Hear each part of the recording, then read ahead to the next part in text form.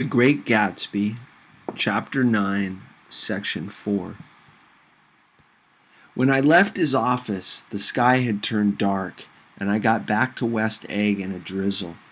After changing my clothes, I went next door and found Mr. Gatz walking up and down excitedly in the hall. His pride in his son and in his son's possessions was continually increasing, and now he had something to show me. "Jimmy sent me this picture." He took out his wallet with trembling fingers. "Look here." It was a photograph of the house, cracked in the corners and dirty with many hands. He pointed out every detail to me eagerly. Look there!" and then sought admiration from my eyes. He had shown it so often that I think it was more real to him now than the house itself. "Jimmy sent it to me. I think it's a very pretty picture. It shows up well." "Very well. Had you seen him lately?" "He come out to see me 2 years ago and bought me the house I live in now. Of course we was broke up when he run off from home, but I see now there was a reason for it.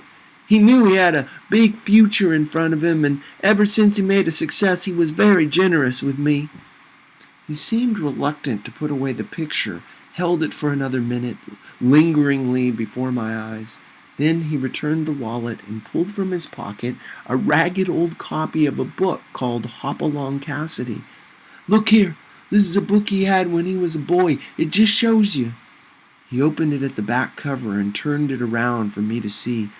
On the last flyleaf was printed the word schedule and the date, September 12th, 1906, and underneath, rise from bed, 6 a.m., dumbbell exercise and wall scaling, study electricity, etc., work, baseball and sports, practiced elocution, poise, and how to attain it, study needed inventions, general resolves, no wasting time at shafters or, a name indecipherable, no more smoking or chewing, bathe every other day, read one improving book or magazine per week, save $5, crossed out $3 per week, be better to parents.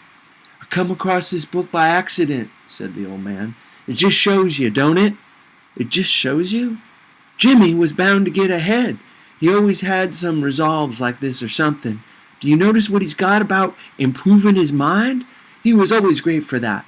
He told me I ate like a hog once and I beat him for it."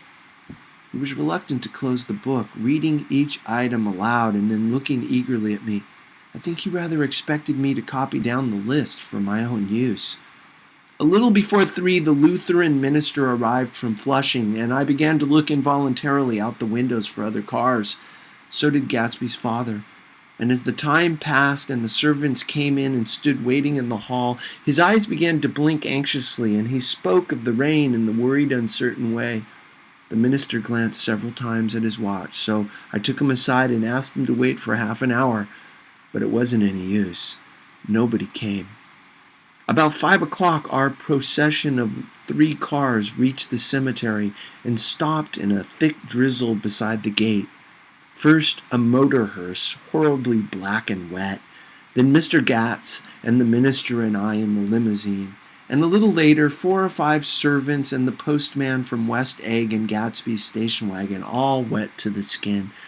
As we started through the gate into the cemetery, I heard a car stop, and then the sound of someone splashing after us over the soggy ground. I looked around. It was the man with owl-eyed glasses, whom I had found marveling over Gatsby's books in the library one night 3 months before. I'd never seen him since then. I don't know how he knew about the funeral or even his name. The rain poured down his thick glasses, and he took them off and wiped them to see the protecting canvas unrolled from Gatsby's grave. I tried to think about Gatsby then for a moment, but he was already too far away, and I could only remember without resentment that Daisy hadn't sent a message or a flower. Dimly I heard someone murmur, "Blessed are the dead that the rain falls on." And then the owl-eyed man said, "Amen to that," in a brave voice. We straggled down quickly through the rain to the cars. Owl Eyes spoke to me by the gate. "I couldn't get to the house," he remarked. Neither could anybody else. "Go on," he started. "Why, my God, they used to go there by the hundreds." He took off his glasses and wiped them again, outside and in. "The poor son of a bitch," he said.